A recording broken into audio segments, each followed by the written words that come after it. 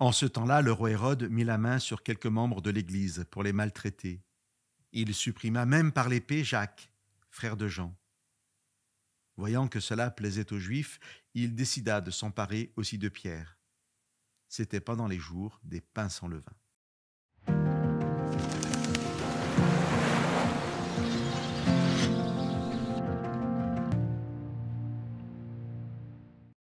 Nous avons ici le récit du séjour en prison de Pierre, puis de sa libération miraculeuse.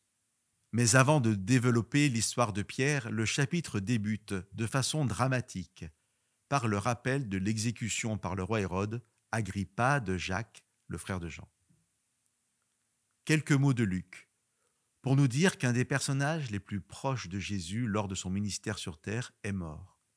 Quelques mots, sans autre explication, puis un long développement pour nous expliquer comment Pierre, lui, va échapper miraculeusement à la même mort. Nous sommes au printemps 43, à peu près 7 ans après la mort d'Étienne, le premier martyr chrétien. Et pour nous, lecteurs de la Bible, peut-être ce même questionnement face à ces drames sur ce que j'appellerais la non-intervention miraculeuse de Dieu. Souvent, de notre point de vue, la question se pose du pourquoi de l'intervention salvatrice de Dieu ou pas. La question dans notre récit d'aujourd'hui se pose pour les chrétiens. Mais l'auteur de l'Épître aux Hébreux nous rapporte des faits identiques pour les croyants de l'Ancien Testament. Je vous lis au chapitre 11, les versets 35 à 37. Des femmes retrouvèrent leur mort par une résurrection, mais d'autres furent torturées et n'acceptèrent pas de rédemption afin d'accéder à une résurrection supérieure. D'autres subirent l'épreuve des moqueries et du fouet, ainsi que les liens à la prison. Ils furent lapidés, sciés, tués par l'épée. Qu'il soit clair, que ce soit sur les récits du Nouveau Testament ou sur ceux de l'Ancien, qu'il soit clair que la question de la fidélité des croyants ne se pose pas. Ceux qui sont morts étaient tout aussi fidèles que ceux qui ont été sauvés miraculeusement. Le miracle de Dieu qui sauverait tel ou tel croyant n'est donc pas le signe d'une plus grande fidélité de certains.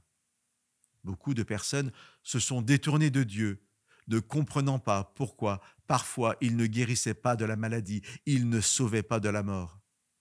Je n'ai pas les réponses des choix de Dieu, mais je remarque que souvent, ceux que je côtoie et qui sont au seuil de la mort à cause d'une maladie qui les emportera, bien trop jeunes, ces personnes sont en paix. Paradoxalement, ce sont souvent ceux qui restent qui sont en colère contre Dieu, alors que ceux qui meurent sont souvent dans la paix de Dieu. La promesse de Dieu pour le croyant n'est pas l'assurance d'une vie sans épreuve, ni d'une mort au bout d'une longue vie. Elle est celle d'une vie éternelle. Je n'ai donc pas les réponses sur les choix de Dieu, mais j'ai l'assurance que, quelle que soit l'heure de ma mort, je peux avoir ce privilège de la paix et l'assurance de la résurrection et d'une vie éternelle, où la mort n'existera plus. Que Dieu vous bénisse.